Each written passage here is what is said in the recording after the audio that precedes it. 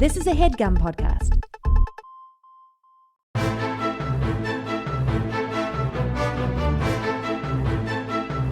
Hello and welcome to The Complete Guide to Everything, a podcast about everything. I'm one of your hosts, Tom. And I'm Tim. How are you doing this week, Tim? Tom, I am chilled to the bone this Halloween month. Yeah, it is Halloween month. We are deep into it now. We are 2 full weeks into Halloween month, and I'm spooked. I'm walking around all the time, jumpy. Skeletons! Whoa. One day we're going to talk about skeletons, Tom. I'm going to wear you down. You're going to wear me down and make me into a skeleton? Grind off all my skin and muscles and blood? Yeah, I'm going to do that, Tom. I'll just let you rot away. What? That's how a skeleton is made. Shown. That's how a skeleton shows itself. Yeah, it's crazy. We're all just skeletons walking around. It's terrifying. It makes every day Halloween month if you think about it. Yeah. All these skeletons walking around. I don't even like to think about it. Clickety clack. That's the bones. Yeah. Playing xylophone on our ribs. Ooh. That's the one reason I'm looking forward to eventually being a skeleton, because I'm pretty good at the xylophone, Tom. But the marimba. You're going to play it on your own ribs? Yeah. I thought it was you can only really play the xylophone on other people's ribs. Well, then I'll play it on your ribs, Tom. I'll play the xylophone on your ribs one day, pal. That would be a good threat to somebody. Yeah. I'm glad we're here I'll workshopping threats. I'll see you dead. I'll play the xylophone on your ribs. Yeah, I would say without the dead part, because then it just implies, right? Yeah. Hey, next time I see you, I'm going to be playing a marimba ditty on your bones. Right, because if you did it now, you wouldn't hear anything. No. You'd just be like, yeah. But once all the skin's gone, a beautiful instrument is revealed. Tom, I've been up since 5:30 this morning. It's now 7:30. Doing okay. 7:30 in the morning. It's 2 hours later. I took a red-eye flight last night. Uh-huh. There was a dog on my flight. Yeah. It's fine. It was a cute dog. Uh-huh. But this dog went nuts whenever anything happened. And there's a comfort animal, right? Yeah. Like a service animal. Okay, does a comfort animal somebody a guy that's there to help somebody be comforted? They get the service animal sash, because this animal had a service animal sash. So the tricky thing about this and the way it's kind of a scam is that it is illegal to ask for like documentation for a service animal. Okay. So somebody has a seeing eye dog. It's like, I can see, what the problem is here. That person has trouble seeing. This eye dog is being their eyes for them. But you can have a service animal that helps you with anxiety issues or things like that. And sometimes it is, medical. I guess they don't prescribe a dog to you, but you would go and get a dog, people with PTSD. Like there's a lot of Mm-hmm.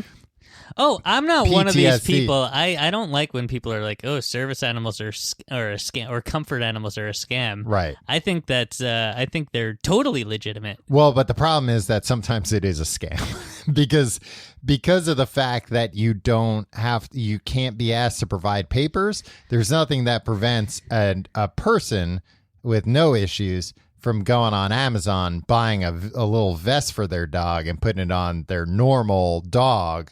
That does not provide, like my dog does not provide any service to me whatsoever. No, she actually, she's anxiety inducing to me. Yeah, she's just a through and through burden.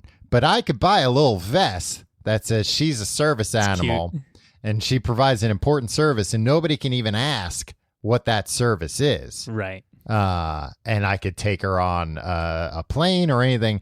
And the problem is that would, or a restaurant or whatever, that would be fine if people did that responsibly and it was like, nah, my dog's chill. It'll be fine. Mm-hmm.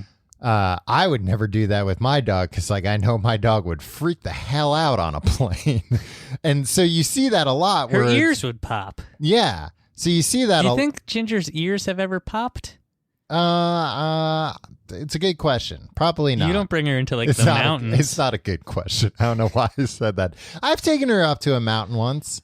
Yeah. Yeah. But not so quickly that her ears would pop. No, my ears popped. Okay. Yeah, so maybe. Yeah, but you got weak ears.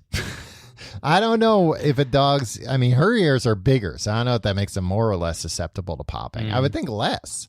Yeah, I feel like there's a Snapple fact out there that's like, did you know a dog's ears cannot pop? Yeah, it's got something to do with the flaps. I don't think it would have anything to do with the flaps. I don't know. Ask Wendy, the Snapple I think it lady. would be a breed thing. Yeah. Maybe some breeds, their ears pop, some they don't. Some breeds are just like, these guys are so messed up, their ears are permanently popped. Right, they're popping nonstop. They're popping left and right. They keep going to another level of, you think they're fully popped, they pop some more. Yeah, you take this dog up 3 feet of elevation, their ears are going to pop. Yeah. But yeah, so that's the problem that, a lot of people are taking advantage of the fact that you can't be asked what the dog's for or papers or anything. And they're just like, oh, I'm going to take my, my anxiety-ridden dog in a place that's going to make them extremely anxious. But I'm going to put this vest on and be like, oh, no, this is a service dog. This dog provides it. It's like, well, that dog seems like it. Because, if you see real service dogs, they're the best trained dogs in the world. Yeah. Where it's like you can take that dog and throw it down a flight of stairs. Well, you wouldn't do that. You wouldn't, but you could, and the dog would be like, that's fine. I need to do my job, though. Yeah, but to be clear, that's not something you would ever... No, I mean, that's a bad example. I'm saying you could, take that dog maybe to, where there's a bunch of fireworks, or maybe, you take that... Here's what you could do. You take that dog to one of those cafes, one of those cat cafes. And even this dog would be like, he wouldn't be sitting there licking his chops. No, he'd be like, I'm on the job. I'm on duty. I got to just focus on my job and not worry about these cats. Head, yeah. It wouldn't even do that. It would just be so focused on doing its job. They'd be like, no, And what's its job? Not eating cats? No, in this case, it would maybe be, being a comfort animal or being a seeing eye dog or something like that. Interesting. Yeah. Do people who are hard of hearing have dogs that help them hear? I don't think so. Yeah. I guess it would be what would the dog do if the dog hears something? Just turn at you and be like, yeah. The dog doesn't know sign language. Right. Yeah. Or maybe nod. they do. I don't know. You could nod maybe. So what? Yeah, I guess if you So somebody says something, you look at the dog nods. Is that the dog is vouching for... No, I'm more thinking if you're crossing a street and you don't hear big trucks coming, then the dog nods at you hey, a big truck's coming. But that would be annoying for the dog because he'd be like, nah, yeah, I see the big truck coming. I don't know how the dog would know when to tell you it hears something or not. Yeah, does the dog even know about traffic lights? There might be a big truck coming. And this dog starts nodding like crazy, but there's a red light. And seeing eye dogs know about traffic lights. Yeah. So I would assume that this kind of dog. The hearing ear dog? Yeah, the hearing ear dog. I mean, I would if I were hard of hearing or deaf and I were living alone, I would want a dog that would look, this dog's probably not going to have anything to do most of the time. But if there's a home invasion, the dog needs to come tell me. That's all.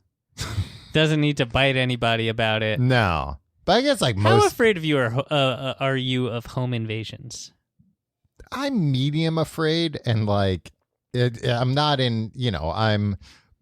What about you, a guy with nothing of value? There are two neighbors that are hearing this entire conversation. So it's not like I'm in an isolated area where if somebody invaded my home, nobody would know and they could hold me hostage for a week. What would they invade your home about? Right? Something I did. Oh, okay. So it'd be to settle the score. It wouldn't be to get something. Yeah, I mean, that's how My replica hoverboard. That replica hoverboard, Tim, is... embarrassingly expensive. I tried to return it and they wouldn't take it back. Yeah, but does that mean it's worth that or you overpaid for it? I overpaid. It's a replica of the hoverboard from Back to the Future Part 2. Yeah, not a Yeah, not a replica Swagway board or something. It doesn't work, but it looks a lot like a Swagway. No, the problem, actually, I'm remembering now, it wasn't even that they wouldn't let me return it. It's that they wouldn't let me cancel the order, which doesn't make any sense. And you should go to the Better Business Bureau. no, in retrospect, I should have just canceled that credit card.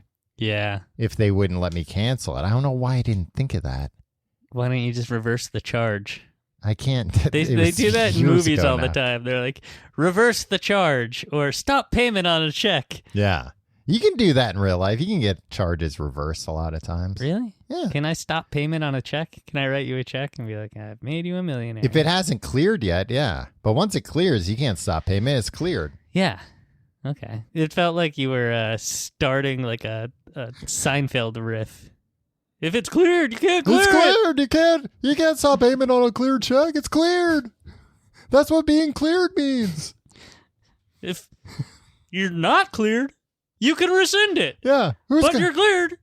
It's cleared for a reason. How can you stop something that's cleared? It's cleared. This is great. This is great content, Tom. This is season 8 of Comedians in Cars Getting Coffee. You know why that's funny? Yeah, that's my favorite thing about Comedians in Cars Getting Coffee. He thinks, first of all, Jerry Seinfeld thinks he invented the thing where you set a comedian up to do their bit in normal conversation. Right, which is what talk show hosts have been doing for 60, 70 years. So somebody, John Mulaney, will launch into a bit that I hear you just got back from California. Yeah, and then John Mulaney will do his very funny joke, and then Jerry Seinfeld will laugh so hard, and he'll go, "You know why that's funny?" And he'll explain the joke to the person who just made the joke. Yeah, like that. It was unexpected. You were expecting this, but a different thing happened. That's what's funny. Yeah, okay, thank you. No, it turned it on its head. Yeah, and Wanda Sykes is just like, oh yeah, no, I accidentally stumbled upon the joke. I didn't think it was going to be funny. I was just trying to develop a non-comedic monologue, and I accidentally made it funny. So thank you for explaining why. This was a bit from my last comedy special that I'm redoing here in a 1973 Aston Martin with you. I like Jerry Seinfeld, though. He's a funny guy.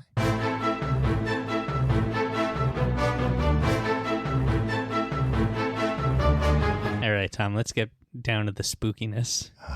God, Tim, I was talking about all that other stuff just because I was so afraid of the rest of the spookiness to come. Yeah, and I was being the comic relief in a horror movie. I read a book, Tom, a short story. Okay.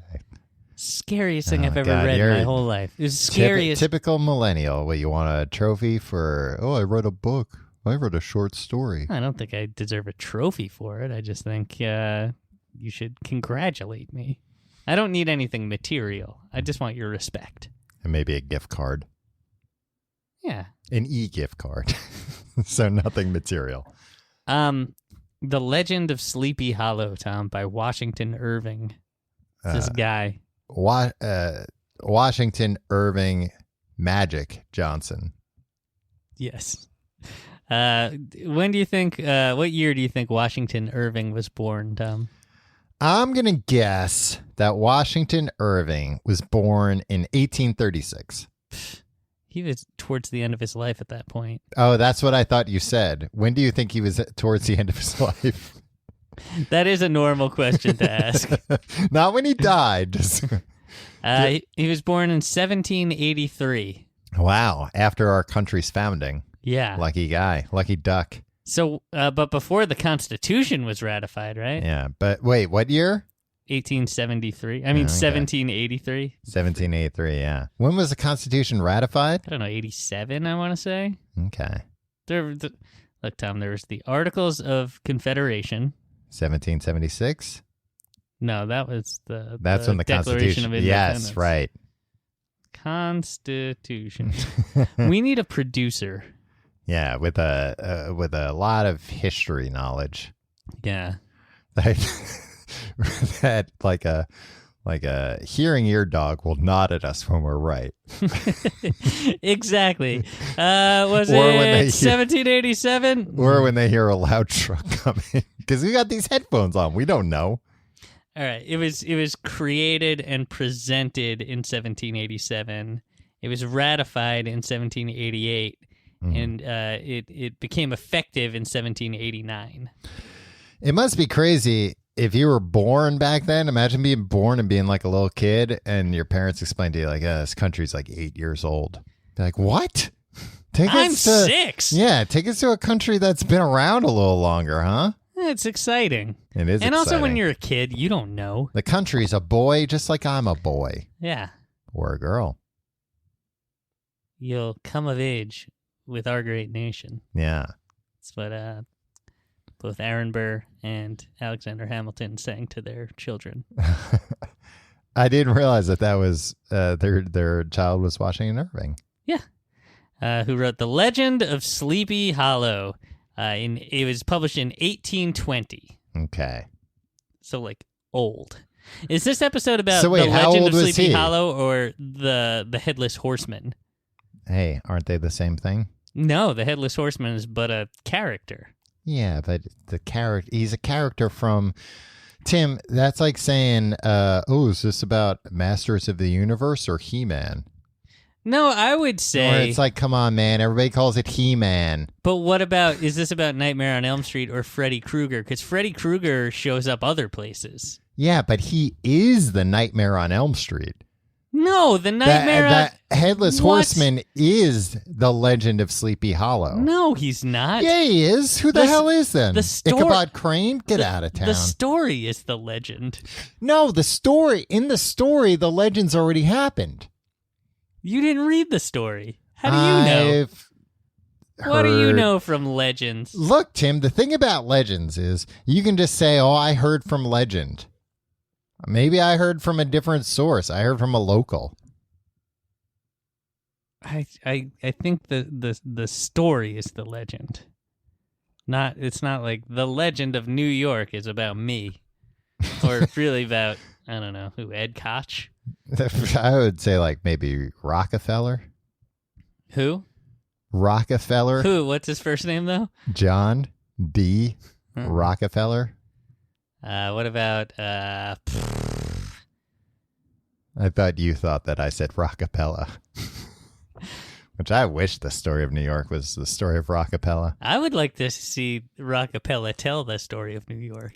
Oh, yeah. Right? That'd be good. What are they up to nowadays? Died. No, they didn't. They all died. They all died? Together. No, that's nice. It's a pact. After the reboot of Carmen Sandiego didn't go, I feel like they were like touring for a little bit. Probably. They were an a cappella group, Tom. Right. I feel like But they rocked. Yeah, they could clean up on like YouTube nowadays or something, doing like, hey, here's the history of New York and we're gonna sing about it. You know what? You, a man in his late 30s, thinks that like, this will be a hit with all the kids. Right. Rockapella. Put out a CD. Why don't they put out a CD? Everybody would love it. Put out a record, Rockapella. Yeah, not sure that would go over well with the Zennials, Tom. Yeah. I saw I forget what it was recently. No, Zennials is, somebody corrected us when we did our episode about millennials. Yeah, people correct us about a lot of things, Tom. Yeah, but Zennials is actually probably more apt to me and you. No, not true. That it's between Gen X and millennials. No, they're wrong. Gen Z is the one after us. Zennials with an X. With an X. Okay. Yeah. Gen Z. Okay. Apologies. Roll that back. Yeah. And we'll start from here. Right. The Legend of We've Sleepy... deleted the last 10 episodes before that. Good. If every time a mistake was pointed out, we deleted everything from that mistake on. It's make our back refreshing. catalog a lot more listenable. Yeah. Tom, I'm going to tell you the story of Sleepy Hollow as Washington Irving. You going to tell me told the it to me. story or the legend? I'm going to tell you the story of the legend of Sleepy Hollow. Yeah, because this wasn't like an actual legend, right? He made that up. I don't know, Tom. It says here in this book that it was found among the papers of the late Diedrich Knickerbocker. Yeah, and I heard that they found the Blair Witch tapes in a car. And that they were real. And the jury's out. We don't know if they're real or not. I saw the special on the Sci-Fi Network. Yeah. I read something about that whole thing recently, and I'd forgotten about the Sci-Fi Network special about the Blair Witch and how good it was, and how it was like the first time. Was it good? It wasn't good, but did you know that the Blair Witch Project movie was not real? Yeah, I knew that all along. Yeah. There, like, a lot of people didn't. Right. And they were saying, this article was basically pointing out that bunch of numbskulls, if you ask me. The Sci-Fi Channel thing was basically like the first time somebody did transmedia well.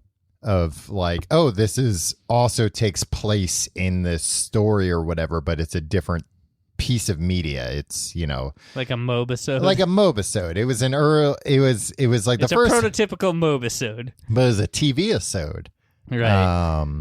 And that it actually like it fleshed out the idea a lot better.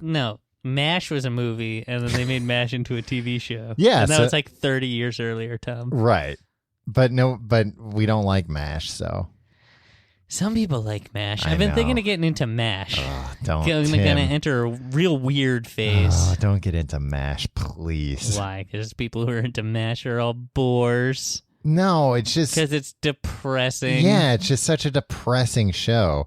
It was always on at night when all the reruns were on. After like all the good reruns were on, it was always on after Cheers. Like, Cheers is so good. I know, but there would be like a couple of episodes of Cheers, and you'd be like really settling in, like, all right, Cheers, this is great, having a great time. Then it'd be, and you'd be like, oh, MASH. Were you just singing the Taxi theme song? Yeah, it was. And not well. Pretty good for, that's how well I know the Taxi theme song. Yeah, I didn't like Taxi either. Taxi was great. It was depressing, but it was nice. Yeah. Alex Rieger, he knew who he was. He was a cab driver. I always got See all these other guys?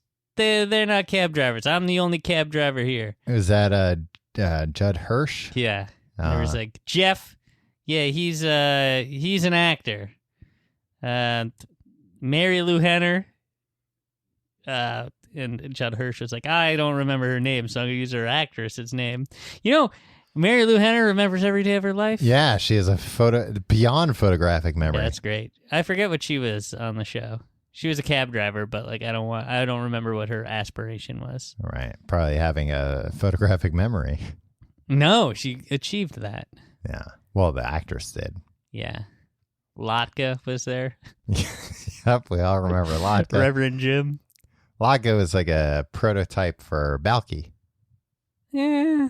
There was a lot of Lotka and Balky. Yeah. Look. Where do you come down on Andy Kaufman? I've never really liked him. Yeah, but did you kind of respect him?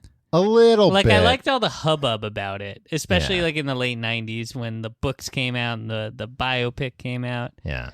But I never watched one of his specials where he's like, I'm going to take we're going to leave Carnegie Hall and I'll get milk and cookies. Yeah. And I was just like, this is stupid, but yeah. I mean, it's it might be brilliant. Well, it's the kind of thing that doesn't age well because like at the time that was probably like nobody's done anything like this, but he's been copied so much. Yeah. Nowadays, Tim Heidecker's like, I'm not going to take you for milk and cookies. I'm going to take you for LSD, man.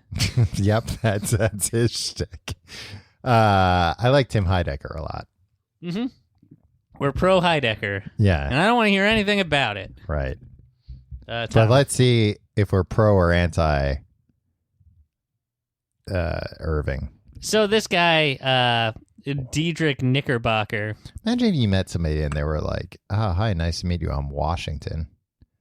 Oh, because the war just happened. Yeah. His parents were like, boy. They were patriots, Tom. Yeah, they were like, we really like that guy Washington, but we already have a last name. Yeah. Guess what? They couldn't have named him George Irving. Yeah, right? Maybe they already had a kid named George, named after King George. Maybe they were real Fairweather Johnsons. Oh, wow. No, yeah. Well, okay. Tom, The Legend of Sleepy Hollow. It starts out, they say that there's a town called Sleepy Hollow, and then they describe it a lot. It's quiet there. So it's like the woods. There used to not be, but now there is. I went there recently. Yeah. I mean, they start out describing Tarrytown, right? Yeah. Where my mother was born and spent the first few years of her life, Tom. Oh. And she's got a head. But can it be detached and thrown at people? Oh, we're sitting down in Tarrytown, and they're shutting all the factories down. I thought you were going to say something. I thought you were going to change the second line. They're shutting all the pumpkin badges down. You're not a very good spoofsman, Tom. I never claimed to be. And they're shutting all the horse ranches down. Nice. Okay. All right. So it describes the thing. It's basically quiet there. Everything was quiet back then. The story. No. The Tarrytown center was bustling. Oh. Or yeah. Comparatively. Yeah. 1700s bustling. Should be. I'd be snoozing. Like, wow, Tom. I'd be cool. like, there you go. Where's the Wi-Fi? And they anybody have the Wi-Fi password? Burn you at the stake. Yeah. Hey, come on! I'm just trying to get the Wi-Fi password. They wouldn't even bother burning you at the stake. You'd die naturally pretty quickly. Yeah. All right. So, from the listless repose of the place and the peculiar character of its inhabitants, who are descendants from the original Dutch settlers, this sequestered glen has long been known by the name of Sleepy Hollow, and its rustic lads are called the Sleepy Hollow Boys. Did you see any of the Sleepy Hollow Boys when you were up there, Tom? No, I avoided the rough parts of town, though. So, what did you do when you were in Sleepy Hollow? Drove around, looked at. Did you get out of the car at all? Yeah, I went to a restaurant. In 1997, they changed North Tarrytown to be called Sleepy Hollow. Because the factory shut down. No. Yeah, like a big factory shut down. What did it make? Wigs? No, it was like a GE factory or something like that, or like a Northrop Grumman. It was like some big, like, oh no, this is where this was like 20,000 jobs or something, like where everybody worked. And then it shut down. They were like, shit, what are we going to do? Let's rename the town Sleepy Hollow. And then we can be a tourist town. Yeah, and it worked. It worked. You drove by. I bought a dinner your car there. Down. I drove around the cemetery, and then went to a restaurant, and then went and looked at the statue of the Headless Horseman, which kind of sucked. So this goes into a little bit of the story of the Headless Horseman.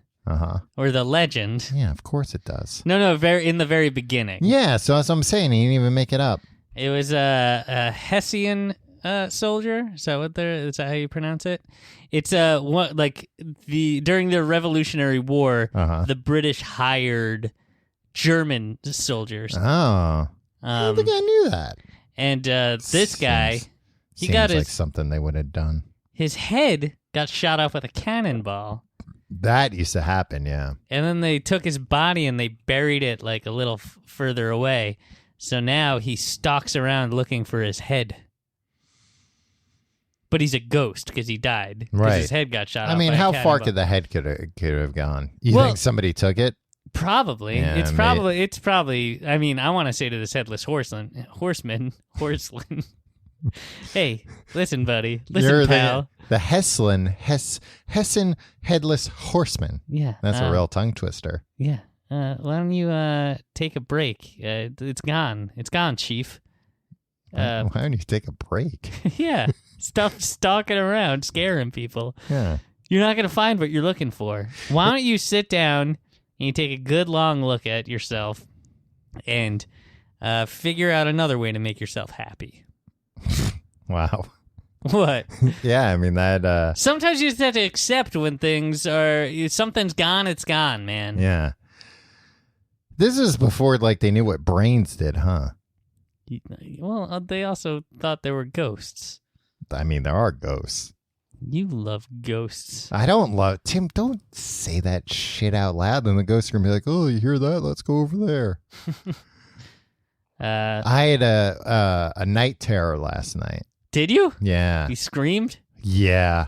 Really? Yeah. Nice. Thought Did you wake yourself up? No, I was desperately trying to because I thought I was being abducted by aliens. Oh. Did you have sleep paralysis? Yeah. Oh, that's so terrible. Oh, God, I hate it. You got to stop scaring. You're a regular Ichabod Crane, Tom. Go to hell. Ichabod Crane sounds a lot like you, actually. Tall. Yeah. He was tall, but exceedingly lank. Mm-hmm. That's you. With narrow shoulders, long arms and legs, hands that dangled a mile out over his sleeves. That's you. Feet that might have served for shovels. Hey. I always say that about your feet. That's why I call you shovel foot. And his whole frame most loosely hung together. His head was small, yep, and flat at top. No, I got a big head. With huge ears, large green glassy eyes. I got you and there. Brown eyes. They're green, actually. And a long sniped nose so that it looked like a weathercock perched upon its spindle neck to tell which way the wind blew. The whole goddamn story's written like this, by the way, Tom. Yeah, he must have getting paid by the word. He's paid by the freaking word that I don't understand. Spindlecock?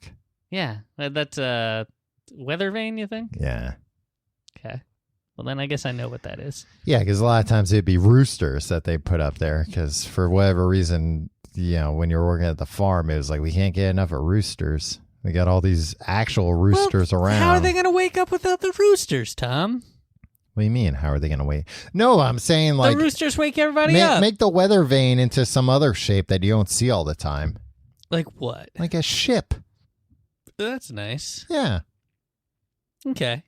Maybe we should start some a weather vane company that'll put something into some real jazzy shapes. Yeah. Ships. We'll talk to... We'll run advertisements to farmers like, are you tired of looking at roosters all the time? Yeah. Then you get enough of these little jerks. What about this? A Toyota RAV4. Yeah. We can get some cool. license. Look at this. It's Darth Vader. Yeah. It's Mickey Mouse himself. Yeah. Can you believe it? I bet they have a Mickey Mouse weather vane. Yeah. I mean, I guess you don't really need a weather vane nowadays. You can just, hey, lick your finger and there's put an it app into for the- that. I mean, no, not licking. You could lick your finger back then. What? They knew about that, right? Well, they didn't know about licking fingers. They knew about They didn't discover saliva till the 1880s. Actually, I bet Everybody back was then. just walking around being like, I bet back then it was like, don't lick your finger. Our hands are dirty all the time. yeah. I mean, could say the same for now. Nah, we got the Purell. When you come home after being on the subway, do you immediately wash your hands? Yeah. Yeah, me too.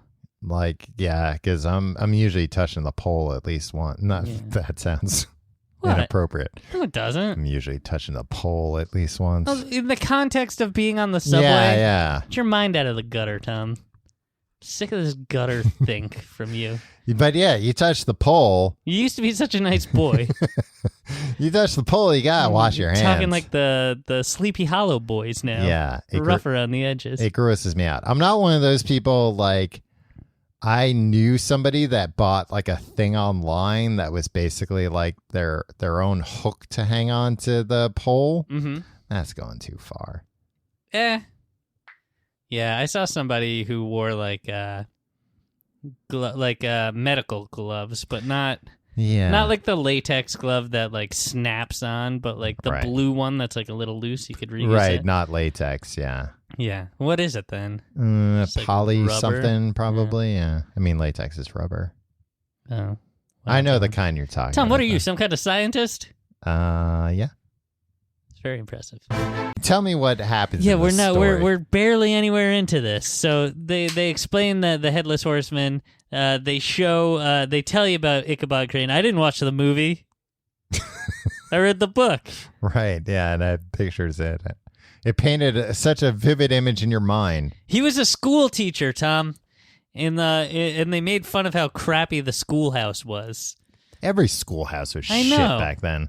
And they were just like, and he was so poor. How poor was he? He's so poor. He came from Connecticut to teach the kids. What does that mean? I don't know. Connecticut's where rich people live now. He lived like week to week in various students' houses because he couldn't even afford a home. No, that sucks. So he just wrapped up all his belongings in like a cloth napkin. I assume it was like a bindle. Right. Imagine if that were the case nowadays. If it was like, this is your week that your teacher has to come live with you. I mean, you gotta like buy teachers school supplies and stuff because they barely pay them a living but wage. at least they don't have to come bring a bindle to your house and live with you. And he was also like trying to be like helpful around the house and stuff. He would help on the farms because there were farms. That's what they were. And he also taught singing lessons. And I couldn't tell because there was a lot of old timey words in this book, Tom, in this story. Yeah. And my problem with it was I couldn't tell if he was a good singer or a bad singer, but he was always singing. He was really loud. I imagine that an Ichabod Crane type probably had like a bad falsetto. Yeah, they said most of the noise came out of his nose. Ugh, nasally falsetto. Yeah.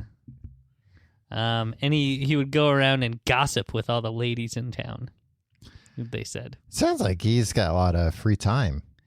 Yeah, school teacher. Mean, back then, school was like 20 minutes, I think. Was it? I think so. I thought it was like 16 hours. No, because they had to get back and like till the fields and stuff. Right. It was like, all right, we got every kid between the age of 5 and 16 in one room. Here's how addition works. Now go back to the fields, and I have to come with you because I also have to till the fields. Yeah. So he also like had this witchcraft book by Cotton Mather. You know that guy? No. He was like a fiery old preacher. I know the Cottonmouth Kings. Yeah, cool. Really cool, right? Yeah. Now this guy Cotton Mather, and he wrote a book about witchcraft. Is he like an Aleister Crowley type? No, he was like a Protestant, like so it was an Puritan or whatever. Yeah, it wasn't how to do witchcraft. No, it was like you got to watch out for this stuff. Yeah, and this Ichabod Crane like would read about like the occult and stuff, and you'd always get spooked. Yeah, well, yeah, don't do that. That's what I do with the aliens, and then I think they come for me at night. And then at night. Yeah, this is what happened. The same way that you had night terrors, he would just lie awake being spooked from all these spooky stories he read. So he'd start singing, and like everybody in town could hear him singing. Oh, come on. Yeah, shut the hell up. Yeah, but it made him less scared. Yeah, but how do you fall asleep singing? And so when he was, according to Washington Irving, he would go around and just like meet with all the ladies if there was like a pretty sister of a pretty older sister of a sibling. Right. And they'd tell him ghost stories and they'd just trade ghost stories all the time and they'd spook each other. Yeah. I guess there was nothing better to do. I was going to say, like, that's actually like the only thing that I'm like a little bit romantic about the old times when it was like everything's boring. We're just going to tell ghost stories and scare the hell out of each other all the time. But then sometimes they would get out of control and they'd be like, and we're going to burn this person alive. Yeah, sometimes things got a little... right, where it's like, look. We all like to watch ghost videos on YouTube from time to time, but that doesn't mean we need to burn anyone alive in front of the whole town. Right. But sometimes unless they're really a ghost or a witch. Well, throw them in the water. See what happens find out. If they float. Yeah. If they don't float, whoopsie. Whoops. Whoopsie daisy, that weren't a witch. That weren't no witch. Yeah. You know about this high-profile alien abduction that happened in the 80s in Manhattan? No. Define high Somebody profile. a bunch of people saw this UFO suck somebody out of like their high-rise apartment. Where? Like what In neighborhood? Manhattan, What in the neighborhood? Upper West Side. What? Yeah. Upper Was it East Side, maybe. John Lennon? It wasn't Jay. He was dead by then already. Okay. Everybody was grieving. And No, then they on the spaceship, Tom. Oh. Beaming him up. Was he on the spaceship? Yeah. No, he'd been shot in the head already. Yeah, but did his soul go to Mars? No, it's not. Some the way people it works. say. And then the aliens aren't from Mars. If anything, Martians they're are. from, If anything, they're from another dimension. And the Martians, they died a long time ago, possibly millions of years ago. They recently found out that Venus, where boys go to get a penis, Right. Potentially was habitable for like 3 billion years. It used to not be all gases there. What did it used to be? Like a Earth, like a regular place you could go and hang out. Yeah, right. It was. I mean, we think. I think. But where does Neil deGrasse Tyson... I don't know if he's Come weighed down. in yet. He's too busy talking about, like, in the Fast and Furious movies, they say, when the moon hits your eye, it's like a pizza pie. But actually, if the moon hit your eye, it would hit you with these many kilojoules of force. Yeah. People crap on Neil Patrick Harris. Neil deGrasse Tyson. Neil deGrasse Tyson for doing that stuff. But that's Yeah. the only way he's actually going to stay relevant. If he just gets Right. people riled up by being a jerk all the time. Yeah. Like he's just like, actually, Thanos wouldn't be this popular. And everybody's like, shut up! It wouldn't be this powerful. Oh, yeah, popular. Yeah. It's like he wasn't popular. Actually, Captain American's shield wouldn't Captain work. America, not Captain American Grandma. I was doing my Neil deGrasse Tyson impression. He doesn't know. No, he's like a big superhero. He's a big comic book fan. Katrina Van Tassel, Tom. Is she pretty? Tom, you better believe it. Do you want me to She read sounds you pretty. all That's a hot name. these words that it's a hot name. What does that mean? Katrina Van Tassel. She was a blooming lass Hubba hubba. of fresh 18. Tom, I bet you feel bad now. Yeah. Plump as a partridge, ripe and melting and rosy cheeked as one of her Maxim father's magazine? peaches. That's one of her father's peach. What a creep. And universally famed not merely for her beauty, but her vast expectations. Tom, I'll tell you one thing. She wore a provokingly short petticoat. Ooh. Ooh. So everybody had the hots for her. Right. How old? It doesn't say how old Ichabod Crane is, but if this lady's 18, I hope he's not like 50. Yeah, I feel like even in like cartoons and stuff, it's never real clear how old Ichabod is. Because you always think like, okay, everybody, I mean, it like seems, in olden times, died early, but no, the friggin' founding fathers all lived to like 95 years old. Yeah. Back then, you could like some of these people died very early, but it wasn't the craziest thing to live a pretty long time. Right. Although I feel like, it sounds like Ichabod doesn't have his shit together, so I assume he's pretty young. Yeah. He's having to go live in students' houses. I feel like he might be like an intern, like intern age. Yeah, that's true. We'll give him the benefit of the doubt. Let's say He he's might be 19, 20. Okay, so he's in love with her. Her dad is Baltus Van Tassel. He sounds like a tough nut. Yeah, guess what? They're rich. Of course They they have are. this big farm. They've got Van in their name. Of course they're rich. And guess what? Well, no, there's a lot of Vans here. And this is the same man that brought you Rip Van Winkle. Yeah, he was rich, right? Yeah. Yeah. I mean, I don't know. How could he be if he sleep that long? Now there's another guy that he borrows a crappy horse from, Hans Van Ripper, who is like not a rich guy. Yeah, but Van Ripper. Yeah, that's like a Jack the Ripper. He was related to Jack the Ripper. That's where they got the name. Who's his Dutch cousin? So this Ichabod Crane always wanted food. In his devouring mind's eye, he pictured to himself every roasting pig running about with a pudding in his belly, and an apple in his mouth. The pigeons were snugly put to bed in a comfortable pie and tucked in with a coverlet of crust. The geese were swimming in their own gravy. Ew.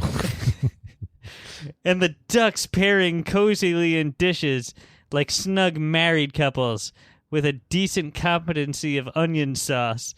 In the porkers, he saw carved out the future sleek side of bacon and juicy relishing ham, not a turkey, but he beheld daintily tussed up with its gizzard under its wing, and it just goes on like with him like imagining animals as already cooked as food. Yeah, what is He's walking around the farm and he's like, I really like this young lass, but what I also like is all these animals and imagining them as food that I could eat. Yeah, is he like the villain from a Daffy Duck cartoon or something? What is he doing?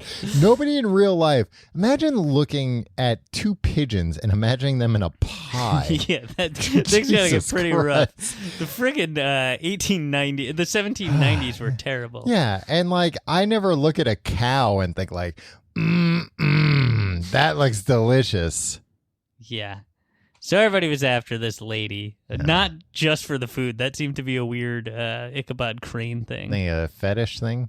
No, I think maybe he just described her in a bunch of like gross like food, like she was plump as a peach. Yeah, I tried to do some research into like his fetishes. No, if this is like, and Tom, can you tell this is the scariest story I've ever read in my life? Yeah. I'm spooked all the time just thinking about any of this. Like is this an allegory or whatever? Yeah, or whatever. Symbolism. Is there some reason why he's doing everything about food? Nobody knows. There's this other guy. Every boy in town wanted this Katrina lady, and there's a guy named Brom Van Brunt. A lot of Vans. Yeah, but guess what everybody called him? Brom Bones. Because he was skinny too? No, he was like a beefcake, man. Oh, okay. Everybody loved this guy. He was mischievous. Mm-hmm. He was popular. He was strong, but he was a bit of like a loudmouth too. But like everybody knew, like, he's harmless. He's just kind of a fun guy. Sounds like a regular Tom Reynolds. No, more charming. Like, you're a nice guy, Tom, and you're definitely a beefcake, and you like pranks. I'll give you that. Oh, this guy likes pranks? Oh, this guy's a Clooney. Oh, this guy's a regular Clooney. And he's just like the big man on campus. Right. And he wanted to court Katrina also, but you know what they called courting? Sparking. Huh. Wanted to go sparking with her or something. That sounds like, if you told me that was a new phrase, I would believe it. Brom Van Brunt, Brom Bones, the hero of the country round, which rung with his feats of strength and hardihood. Yep. More mischief than ill will.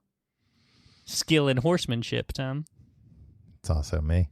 The neighbors looked upon him with a mixture of awe, admiration, and goodwill.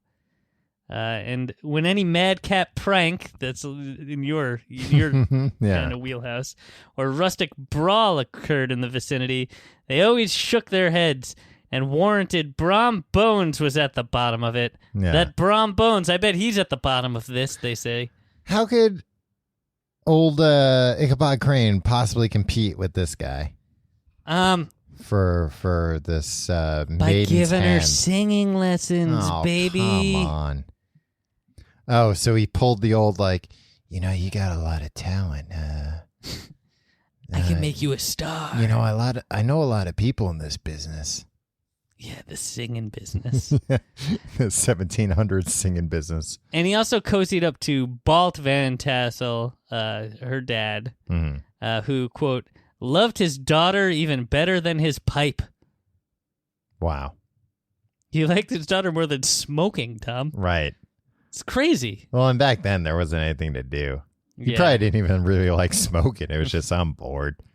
So she starts falling for him. For Ichabod? Yeah.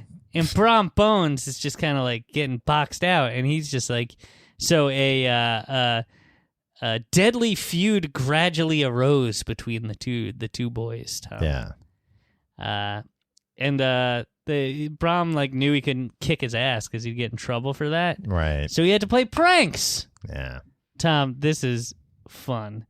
They'd smoked out his singing school. He had a singing school. Well, that sounds dangerous. By stopping the chimney. They put Right. stuff in the chimney and it filled with smoke. One prank was they set his home on fire. They broke into the schoolhouse at night and turned everything up topsy-turvy. Okay.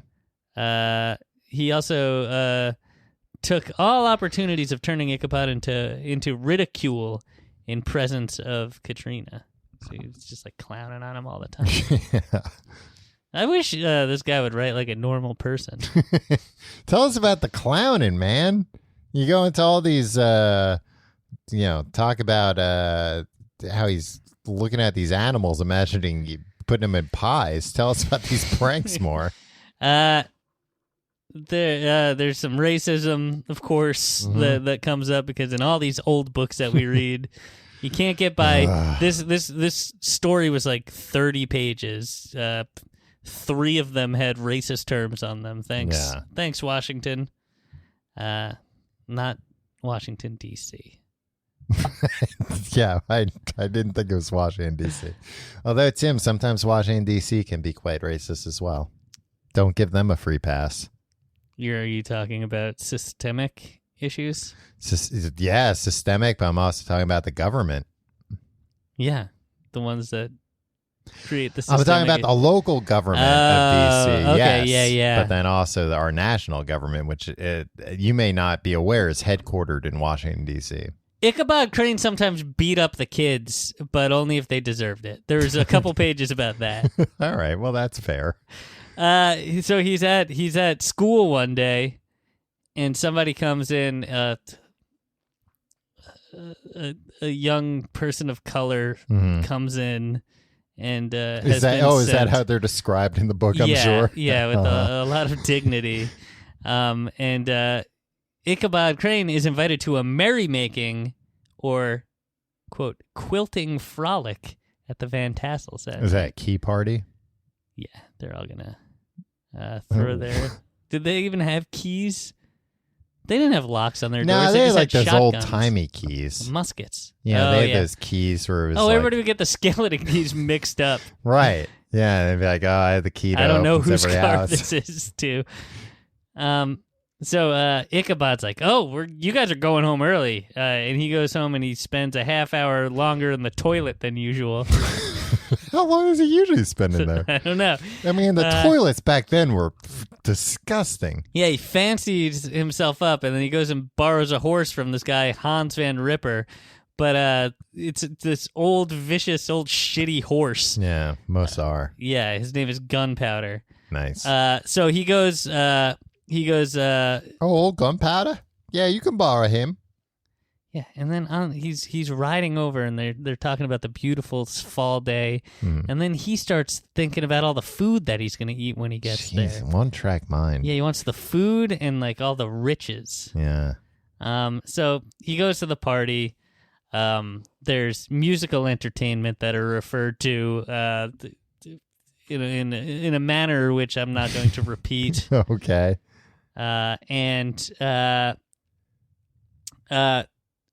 Ichabod starts dancing, and he dances like he sings. They said so. I don't know if that's good or bad. I think it's probably he's enthusiastic, but probably not good. And he's just lanky. He's around, dancing around like a skeleton. Yeah, and Katrina is dancing with him, and Brom Bones is there, and he's like, "Oh, I oughta."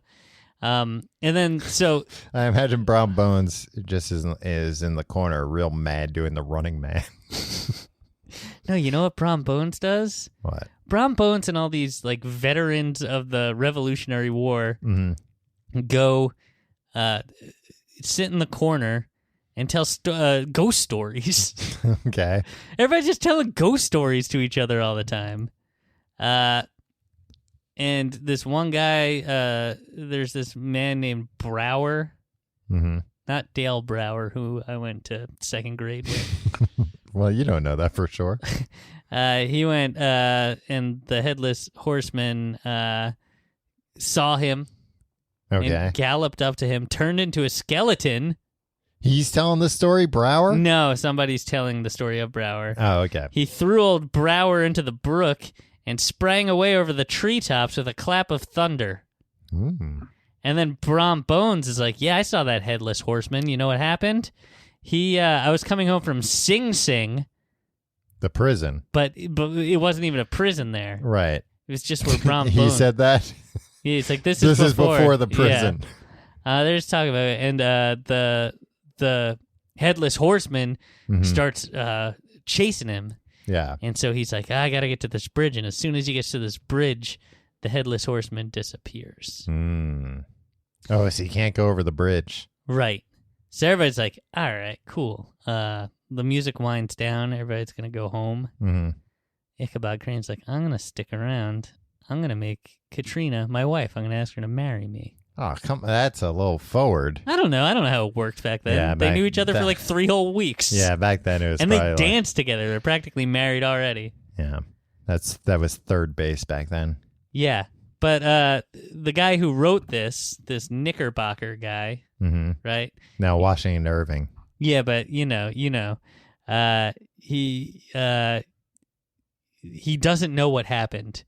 But Ichabod Crane left in a huff, and he was like, yeah, this lady stinks. Can't believe I wasted my time on this lady. Yeah, it sounds like she turned him down.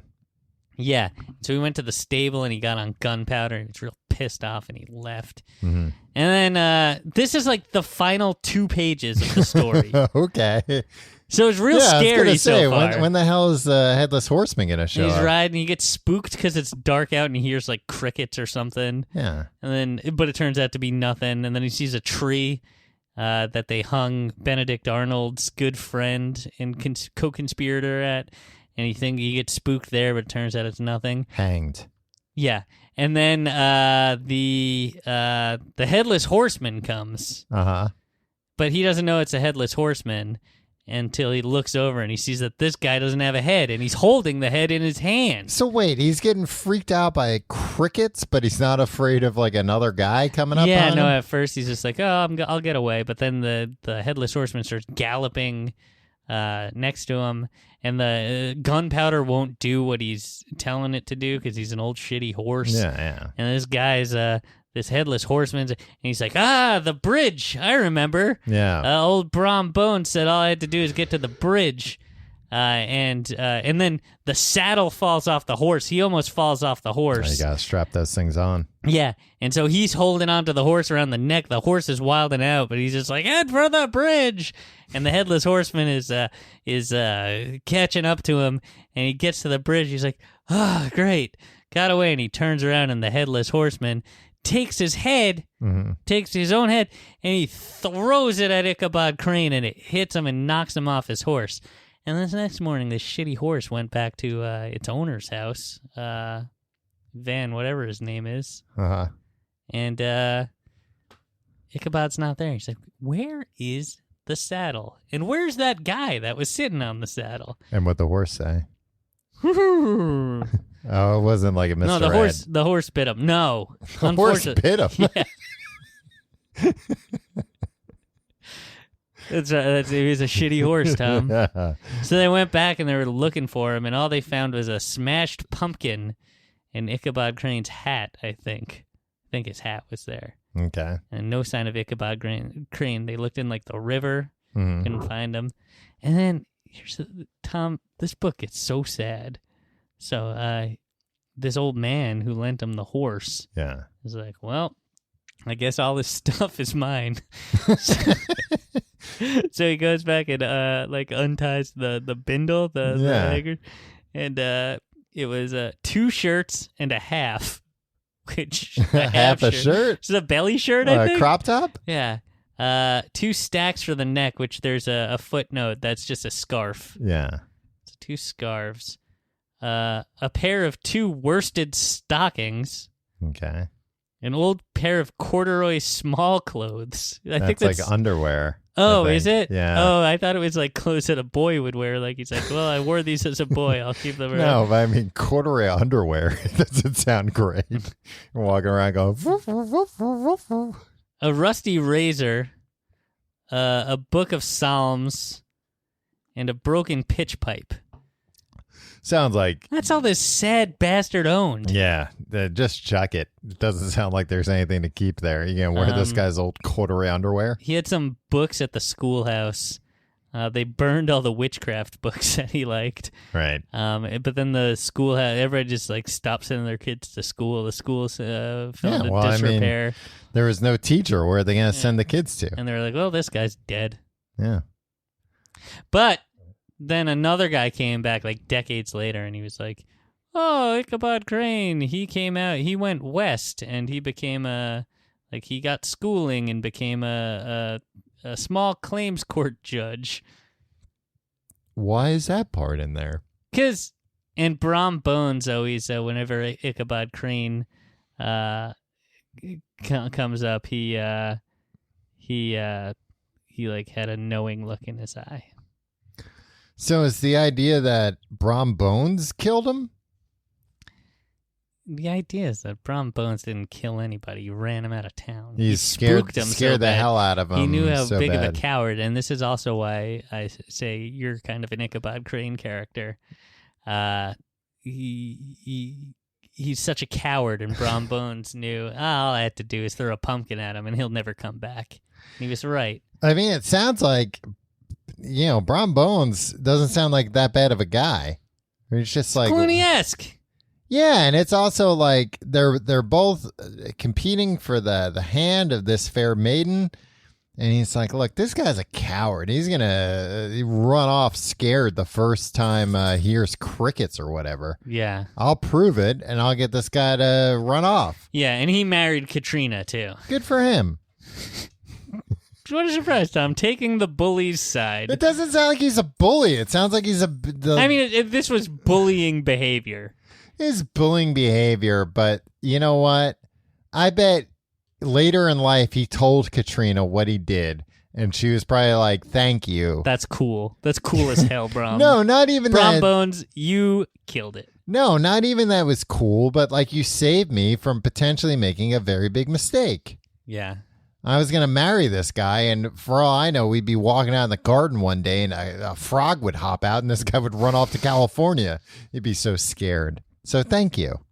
All right. Brom Bones saved Katrina's life. Brom Bones, hero of the story. Okay. And then there's this postscript where this Knickerbocker guy, he says that this story was transcribed at some meeting that some old man was telling this story the whole time, and then he went up to the old man and was like, was that true? And the old man was like, I don't really believe it. was that him just covering his own ass? Yeah, I don't know. Whatever. What a weird story. It was scary as hell, Tom. I'm shaking. Actually, no, it wasn't scary. You're being fun. It was mostly just you're fun gross descriptions of food. Yeah. I thought, because in all the other adaptations, there are multiple run-ins with the... yeah, and there are some tales of I see, right. Flashbacks. But Ichabod Crane only meets him on that one night for 30 seconds as he's trying to get away from him. I mean, it doesn't sound like it's a well-constructed 3-act story. No. But there was a lot of, imagining animals as the eventual food they would be. Right, which and probably... that's good enough for me. That's all I want from a story. I mean, back then, people were probably vicariously, they were reading that, and they were salivating, I like to imagine pigeons in a pie. Yeah. How would you rate this story? I hated it at first. How many headless heads? How many heads? Out of 5 heads. 0. 0 heads. The headless. Yeah, it's a headless story. A headless score. I liked it. It was. I'd give it 3 heads. Yeah, it's short. It was shorter than I thought it was. I read it on an airplane, Tom. You know who was on the airplane with me? Kieran Culkin. Yeah, I did know. You told me that earlier, but it's still a thrill. Yeah, me and Kieran. Did you talk to him? No, he was. We weren't sitting next to each other. We foolishly got seated apart on the plane. You foolishly bought completely different classes of tickets. He was in the first row of first class, and I was in the 38th row of coach. Of Culkin. I was next to Macaulay. I feel coach. like when I've seen celebs on planes, it's always, I mean, I guess what else would they do? But like, Fly private? Well, yeah. No, but I'm always surprised that it's like first class gets the board first, but then it's like, so now also literally everyone on the plane is going to walk past you. Yeah, but what's the alternative? They're sitting in the in the terminal waiting to get on. Right, where even more people are potentially going to see if them. there is a lounge access, right, like they're in the lounge right beforehand, and they know when the plane is going to board, and they can just walk right there, like put a newspaper in front of their head or something, and rather than if they boarded, I guess they could just tell them to board whenever, and they could just wait in the lounge until it's their turn. That's what I would think would happen more often. And they don't have to fight over overhead storage. I would think more often it would be like, hey, come grab me, 5 minutes before you're going to close the door. Yeah. I think for like, because Kieran Culkin's he's not an A-list star. We love him. Don't get us wrong. Yeah. But like, I think for like, I don't want to share a rollaway bed with him though. He doesn't go easy on the Pepsi. But I think for like A-list stars, that is what happens. I think like if Tom Hanks is on your plane, I think it's probably oh, this is gonna like cause a commotion. So Tom Hanks, we're gonna come get you before we close the doors, and we're gonna dress you up like Sully and let you fly the plane. Man, yeah, and I would board that flight. It was Look, like, what's Tom Hanks gonna do? As long as he's not doing the takeoff or landing, yeah, let him fly as Sully for a little bit. Maybe let him take off and land. It's the worst that can happen. He's capable. What's the worst thing that happens? A bird hits the engine and he knows exactly what to do. Landing in the Hudson. He probably did it so many more times than Sully. They had to take Sully did it the one time. Yeah, they had to film it from all different angles. Yeah. I mean, and not to take anything away from one take Sully. He got the one take and he nailed it. He did. But Tom Hanks had to do it a few different times for the different angles. Yeah. Mm-hmm. All right. If you like the show, you can find out more at tcgt.com. You can follow us on Facebook, facebook.com/complete guide. Follow us on Twitter and Instagram at Complete Guide. You can follow me at Tom Reynolds on Twitter and Instagram. Follow me at Your Pal Tim. If you want to support the show, support our sponsors. Also check out tcgt.com/Amazon for your Amazon shopping. And hey, if you liked hearing us talk about a book, boy, have I got a deal for you. Patreon.com/Complete Guide. You can sign up for our Patreon where we do a little show called Books to Podcast, where we talk about different books, not different books every week, but different books every month-ish. Different books all the time. You get all the back episodes. We're wrapping up the thrilling conclusion of Do Androids Dream of Electric Sheep? Yeah, aka Blade Runner. We're finishing up, but we did a bunch of other books. Not any other spooky books, I don't think. And then there were none? And then there were none was spooky as hell. We should have done a spooky book for Halloween. All right. We just did a spooky book for for the Patreon. Yeah. Yeah. Oh, man. It didn't really line up appropriately. Okay. We'll get better with planning these things. Look, there's some suspenseful parts in Do Androids Dream of Electric Sheep. But you'll have to sign up to the Patreon to find out at patreon.com/complete guide. Yeah, I'm trying to think if I have any other things to say about Sleepy Hollow, New York. It's not far, which is nice. Went on a hike up there. Is very nice. Some good hiking up there. Yeah, everywhere up there in the Hudson Valley. Yeah, just like public little trails. Yeah, I like hiking. I think I want to get more into hiking. You always give me shit because I'm like real into camping, but I don't go camping as much as not that you're real into camping, that you buy so much camping gear and you buy like you have multiple camping stoves, but you don't go camping. I have 2 camping stoves. That's multiple camping stoves. I was looking in my... If you go camping, you only need 1 camping stove. No, because one is a propane stove and one is going to be for wood. We're going up to Pennsylvania this weekend. Mm-hmm. Not just me and you, other people too. Yeah. But I'm thinking about bringing that little wood stove. Give it a try. Yeah.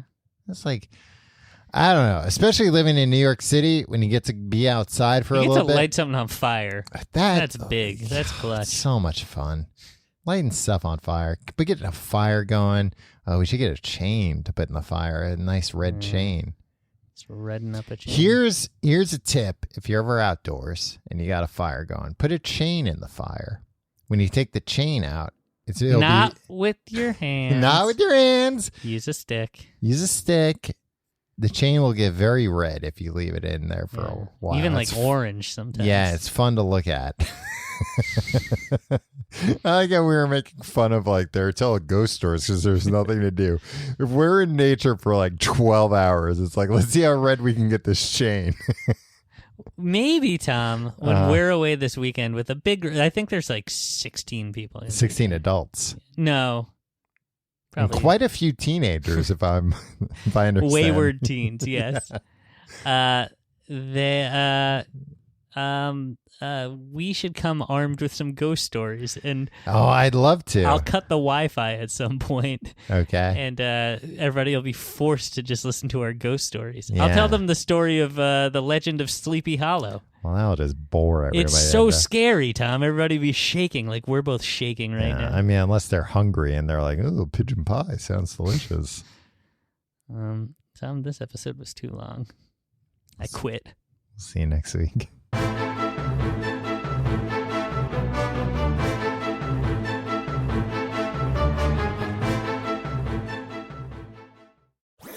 That was a HeadGum podcast.